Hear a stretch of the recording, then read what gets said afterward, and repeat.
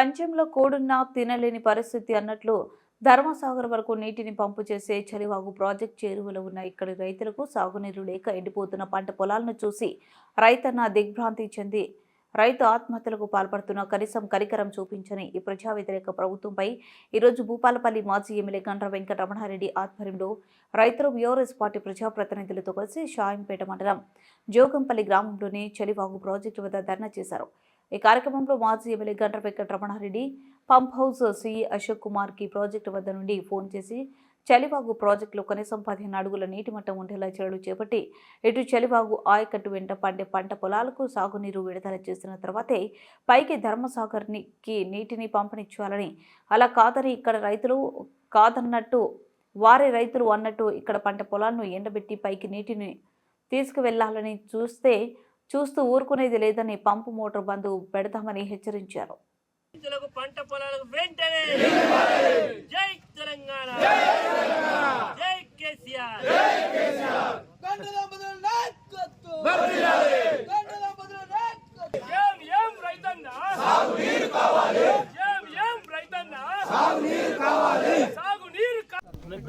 మీరు అధికారులు సిస్టంలో మెయింటైన్ చేయాలి. మా అందరికి కావాల్సింది రైతులకు నీళ్లు కావాలి, పంట పొలాలు ఎండిపోయింది. మా యొక్క డిమాండ్ అంతే. మీరు ఏ సిస్టంలో నడుపుతారు, ఏం చేస్తారు అనేది మొత్తం డెడ్ లెవెల్కి వచ్చింది కాబట్టి రైతులలో ఆందోళన పడుతున్నారు. కాబట్టి మీ ఏఎంసీ గారు వచ్చి మొత్తం నీళ్ళు ఇవ్వాల్సిన అవసరం లేదని చెప్పి ఉన్న మోటార్లు తీసేయాలని చెప్పి ఇక్కడ రైతులు కాదనే పద్ధతిలో మాట్లాడాలని చెప్పి నిన్న రెవెన్యూ అధికారులు కూడా వాళ్ళు వచ్చి మొత్తం మోటార్లు వీక్తా ఉన్నప్పుడే మాకు ఇంత ఆందోళనతో రైతులందరూ వచ్చిన ఈ పరిస్థితి. దయచేసి తర్వాత ఒక 2-3 రోజులు మీరు మోటార్లు ఆపండి, దానివల్ల వాటర్ లెవెల్ పెరుగుతుంది.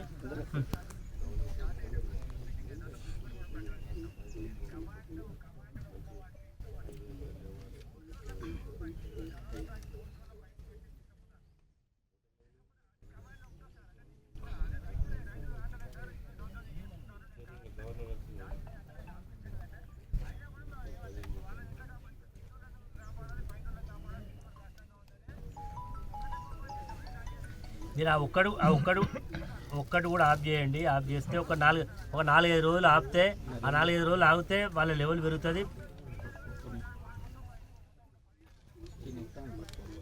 మరి ఇప్పుడు దీని పరిస్థితి ఇప్పుడు ఇక్కడ ఎంతమంది ఉన్నారు కూడా దాదాపు 500 మంది రైతులు వచ్చిండ్రు.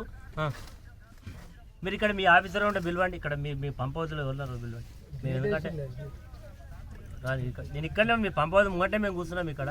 మేము చూడు పంపించండి. మాకు ఏం లేదు, మా డిమాండ్ మా రైతుల పంట పొలాలు ఎండకుండా మాకు కావాల్సినటువంటి వాటర్ లెవెల్ మెయింటైన్ చేయండి. మేము మెయింటైన్ మీరు వీలైతే రండి. సీ గారు హన్మకొండలో ఉన్నారు కానీ నేను కూడా ఇక్కడ ఉంటాను. మీరు చూద్దాం, సీలో వాటర్ లెవెల్ చూద్దాం.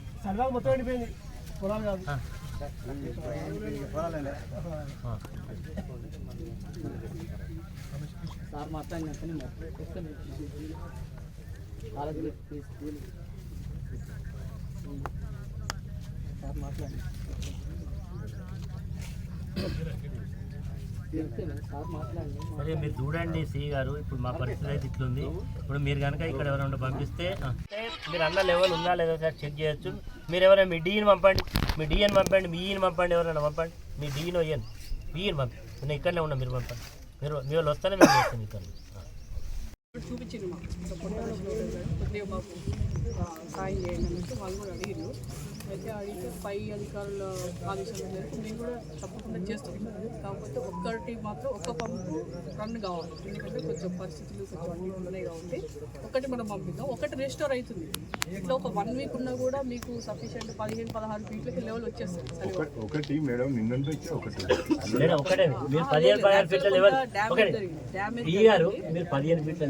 తీసుకొస్తే నిజంగా మిమ్మల్ని మేము ఎంత అభినందిస్తాం.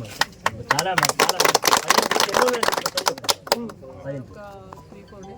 3-4 డేస్లలో మీరు కనుక 15 ఫీట్లు తీసుకురాకపోతే, ఇప్పుడు అందరు పోలీస్ అధికారులు ఉన్నారు, ఇక్కడ మీడియా మిత్రులు అందరూ ముందు చెప్తున్నారు.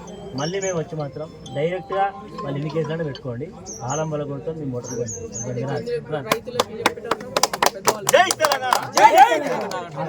మాకు ఏదైతే భీంగన్పూర్ నుంచి ఇక్కడికి వచ్చే లైట్ ఉంది కదా, ఇందులో ఉన్న ఎయిర్ వాల్వ్ స్టెమ్ కొంత సిస్టమ్ ఉంది. ఆ సిస్టంలో కొంత ఎక్కడ లీకేజ్ జరిగినా, ఇక్కడ ఏమన్నా రైతులు కానీ నీళ్ళ కోసం ఏమన్నా చేస్తే ఆ 7 క్యూమెక్స్ అంటే 21 MCFT ఇక్కడికి మనకి రావు.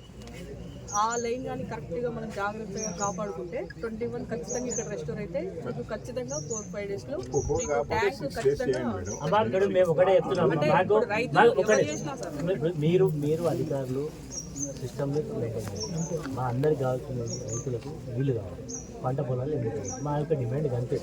మీరు ఏ సిస్టంలో నడుపుతారు, ఏం చేస్తారు అనేది మొత్తం డెడ్ లెవెల్కి వచ్చింది కాబట్టి రైతులలో ఆందోళన పడుతున్నారు కాబట్టి మీ ఏఎంసీ గారు వచ్చి మొత్తం నీళ్ళు ఇవ్వాల్సిన అవసరం లేదని చెప్పి ఉన్న మోటార్లు తీసేయాలని చెప్పి ఇక్కడ రైతులు కాదనే పద్ధతిలో మాట్లాడిందని చెప్పి నిన్న రెవెన్యూ అధికారులు కూడా వచ్చి వాళ్ళు వచ్చి మొత్తం మోటార్లు తీస్తూ ఉన్నప్పుడే మాకు ఇంత ఆందోళనతో రైతులందరూ పరిస్థితి.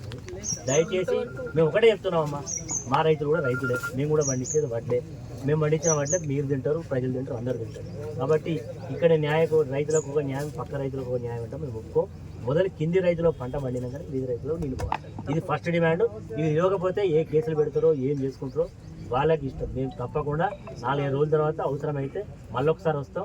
మీరు ఎవరు ఎంతమంది ఉన్నా ఖచ్చితంగా డోర్ వలగొడతాం, మోటార్లు బంద్ చేస్తాం పక్కా. అయితే నేనే అధికారులకు ఫోన్ చేసి మోటార్లు ఆఫ్ చేయించిన పరిస్థితి. ఇది అందరికీ ప్రజలకు తెలియదు. నేను రోజు వారానికి ఒకసారి ఎన్ని ఫీట్ల లెవెల్ మెయింటెనెన్స్ తెలుసుకునేవాడిని. ఎందుకంటే 14 ఏంటంటే ఒక 2 రోజులు 3 రోజులు బంద్ చేయండి, మళ్ళీ 15-16 ఫీట్లు అయినాక మళ్ళీ నడుపుకోమని వాళ్ళు కూడా అట్లా సహకరించారు. ఆ రకంగానే జరుగుతూ పోయింది. కానీ ఈరోజు ఇక్కడ పర్యవేక్షణ లోపమా, నాయకత్వ అసమర్థత, చాతగాంతనం అంత ఇది కాదు తెలియదు. కానీ ఈరోజు ఈ పరిస్థితి వచ్చింది. తక్షణమే మేము కూడా చెప్పేది ఏంటంటే మాకేమీ వేరే ఉద్దేశం లేదు.